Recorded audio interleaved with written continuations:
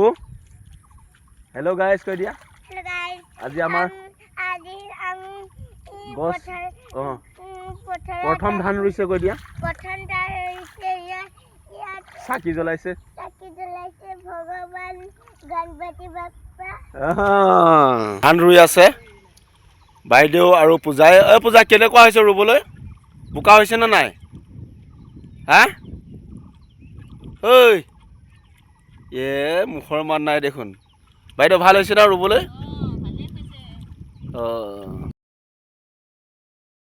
এই ৰাতিপুৱাই কঠীয়া তুলি আছোঁ গাইজ দেখিছে নহয় কঠীয়াখিনি তুলিবলৈ বহুত ভাল হৈছে একদম খুব ধুনীয়া মাটি অহা নাই খুব ভাল লাগিছে তুলিবলৈ এয়া দেখিছে নহয় দুবাৰ মাৰি দিলে দুবাৰ তিনিবাৰ মাৰি দিলে খুব ধুনীয়াকৈ মাটিবিলাক গুচি গৈছে বাৰীতে পেলাইছিলোঁ গতিকে খুব ধুনীয়া হৈছে কঠীয়াবিলাক কলা দাং বগৰাই দিছিলোঁ গতিকে আৰু আপোনালোকে দেখিছে নহয় আৰু ইফালে এয়া ইমানখিনি কঠীয়া তোলা হৈছে আৰু এই কঠীয়াডৰা চাওক কিমান ধুনীয়া হৈছে একদম লাহি পাহি হৈছে আৰু এইফালে কঠীয়া ইমান ফেৰা হৈ গৈছে কি কঠীয়া নি আছোঁ কঠীয়া নি আছোঁ ট্ৰেক্টৰত এয়া ট্ৰেক্টৰ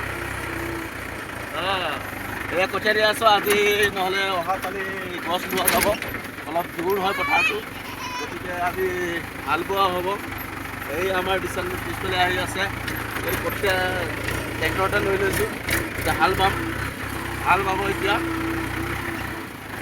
ভিডিঅ'টো শেষলৈ চাই থাকিব নাপাহৰিব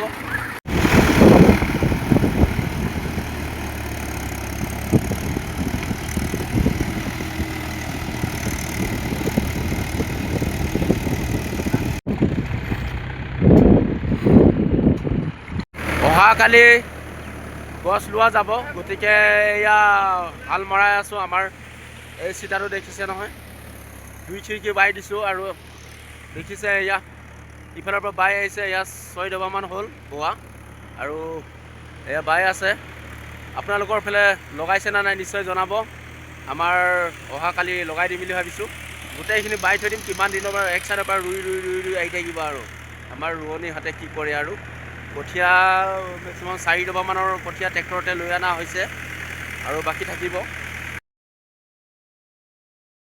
আজি প্ৰথম ৰোৱা লৈছোঁ তামোল পাণ এযোৰ ধূপ আৰু চাকি এগছ জ্বলাই আৰু এয়া হালধি আৰু কচু গছ লগাই পেলাই ধূপ ধূনা লগাই এয়া ধুনীয়া কৰি ৰুবলৈ লৈছোঁ আৰু কৃষ্ণ আজি প্ৰথমবাৰ লৈছোঁ আপোনালোকে কেনেকৈ ৰুই নাজানো আমাৰ নিয়মত এনেকৈ ৰুওঁ মাৰ প্ৰসাদ দিয়া নাই আৰু এনেকৈ চাকি বন্তি জ্বলাই পেলাই প্ৰথম ৰুইছোঁ আজি পূৰ্ণিমা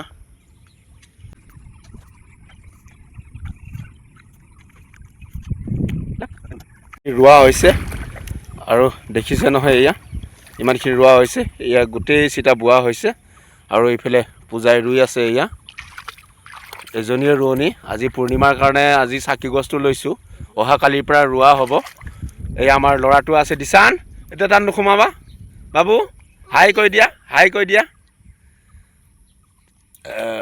সেইফালে নেখেলিবা দেই পানী নোসোমাবা হা গাইজ আজি এয়া প্ৰথম আজি গছজোপা আজি লৈ দিলোঁ আজি লাগিব আৰু 3-4 দিনমান লাগিব লাগে এইখিনি সম্পূৰ্ণ ৰুবলৈ কাৰণে এয়া পূজাই ৰুই আছে আৰু ল'ৰাটোৱে খেলি আছে বাবু হেল্ল' গাইজ কৈ দিয়া আজি আমাৰ গছ প্ৰথম ধান ৰুইছে কৈ দিয়া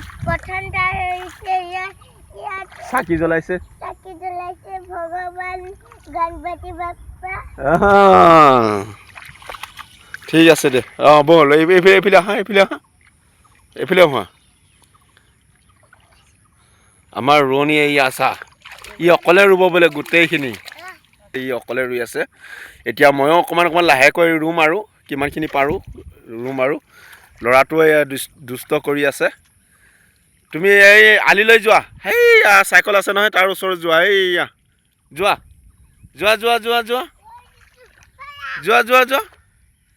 যা পুৱাই কামুৰিব ইয়াত যোৱা নেলাগে ধুবলৈ যোৱা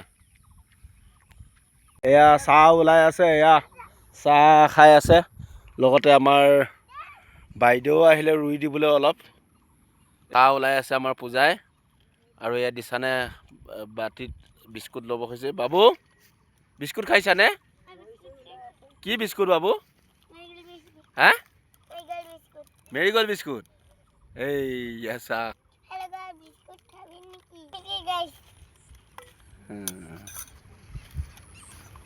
এয়া লাল চাহ আনি দিছোঁ বনাই পেলাই। আৰু এয়া এডৰা ৰোৱা হ'ল আৰু এয়া বাকী ৰুবলৈ আছে। এতিয়া ৰুব আৰু চাহ পানী খাই লওঁ, অলপ জিৰাই খটাই লওঁ। আকৌ এতিয়া ভাত বনাব যাব লাগে। মই এতিয়া ৰুই থাকিব দুজনী ৰোৱনী আৰু দিচান এটা আছে লগতে। ভিডিঅ'টো শেষলৈ চাই থাকিব। এই পূজা কেনেকুৱা হৈছে ৰুবলৈ? বোকা হৈছে নে নাই? হা ঐ এ মুখৰ মান নাই দেখোন। বাইদেউ ভাল হৈছে না ৰুবলৈ? অঁ আৰু বতৰটো খুব ধুনীয়া কৰিছে, ডাৱৰ ডাৱৰ কৰিছে, বতাহ মাৰি আছে, খুব ধুনীয়া পাইছে পূজাৰীয়ে ৰুবলৈ।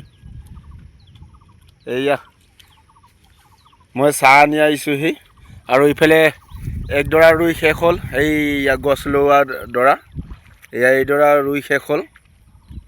মানে অলপ শুকান শুকান হৈ থকাৰ কাৰণে এবাৰ প্ৰথমে ৰুবলৈ দিছোঁ। ৰুই আছে। আপোনালোকৰ ফালে ৰুইছে নে নাই জনাব। এয়া ৰঞ্জিত ধান কঠীয়া ৰোৱা হৈছে, ৰঞ্জিত ধান। আৰু সেই সিফালে লাষ্টতকৈ আইজোং দিম বুলি ভাবিছোঁ, বগা আইজোংটো। আপোনালোকৰ ফালে কেনেকুৱা ৰুইছে নে নাই নিশ্চয় জনাব। আজি আমাৰ ইয়াত ধুনীয়াকৈ ৰোৱা বোৱা হৈ আছে। মই এতিয়া ভাত বনাবলৈ গৈ আছোঁ। আৰু এইয়া এইফালে ৰুই আছে পূজা আৰু বাইদেৱে। এয়া মাটিডৰা দেখিছে নহয়, ধুনীয়া পলস বোকা হৈছে, ট্ৰেক্টৰে বোৱা হৈছিলে, যোৱাকালি বোৱা হৈছিলে বাৰু। এয়া আহিয়ে দালি, আলু, তাৰপিছত এইফালে পিঁয়াজ, ভোট জলকীয়া, আদা অলপ লৈ লৈছোঁ, ৰচুন দুফুটামান লৈ লৈছোঁ। আৰু এয়া ভাত বহাই দিলোঁ। ভাত সিজিয়ে গ'ল আৰু এইয়া ভাত চাওক, ভাত উতলি গ'ল দেখিলে। ভাত হৈ গ'ল আৰু দালিটো বনাই ল'ম ভাত হোৱাৰ পিছত। তাৰপিছত আকৌ ৰঙালাও চব্জি বনাম। আপোনালোকে দেখিছে এয়া মই ভাত বনাই আছোঁ ৰেডি কৰি। আৰু ভাত হোৱাৰ পিছত দালিটো বহাই দিম। দালি বহাই পিনে এতিয়া ৰঙালাও কাটিম, ৰঙালাও চব্জি বনাম, দালি বনাম। বাছ আজি পূৰ্ণিমা যে মাছ মাংস নিষেধ আজি, গতিকে ভিডিঅ'টো শেষলৈ চাই থাকিব। এতিয়া দালিটো বহাই থৈছোঁ। এয়া ৰঙালাও কাটি আছোঁ দেখিছে নহয়। এফাল ৰঙালাও কাটিছোঁ, এই গুটিবিলাক ভালকৈ থৈ দিছোঁ। এয়া গুটি এয়া এফাল থৈ দিছোঁ আৰু এফাল বনাইছোঁ। এয়া কাটি আছোঁ বৰ্তমান। দালিটো বহাই থৈ দিছোঁ। ৰঙালাও কাটি আলু আৰু ৰঙালাও কাটি ৰেডি। এয়া চৰু বহাই দিলোঁ গেছত। আৰু এইফালে পিঁয়াজ, ভোট জলকীয়া আৰু অলপ আদা, ৰচুন 3 ফুটা লৈছোঁ। এয়া ভোট জলকীয়া অলপ থৈ দিছোঁ, ল'ৰাটোৱে খাবলৈ অকণমান অসুবিধা পায়। গতিকে এতিয়া ৰঙালাও শাক বনাম। আৰু দালি আৰু ভাত হৈ গ'ল। এতিয়া চব্জিটো বনালে মোৰ কাম ফিনিছ হৈ গ'ল। এতিয়া ৰোৱনী আহিব 1টা বজাত, খাবলৈ ঘৰতে মাতিছোঁ বাৰু, ইমান কষ্ট কৰিব নালাগে কৈছোঁ। বাইদেউ আৰু কোন মানুহজনীয়ে ৰুইছে। এয়া এতিয়া তেল গৰম হৈ গ'ল। পিঁয়াজ, ৰচুন, আদা দি দিলোঁ আৰু এতিয়া শাকখিনি ঢালি দিম। কি গোন্ধ ওলাইছে। ৰঙালাও চব্জি হৈ গ'ল গাইজ, আৰু খাবহে লাগে আৰু চাহ। কি ধুনীয়া হৈছে চাওক, ৰঙালাও চব্জি খুব ধুনীয়া হৈছে। গোন্ধটো একদম পূৰা মিঠা হয় এইটো ৰঙালাও।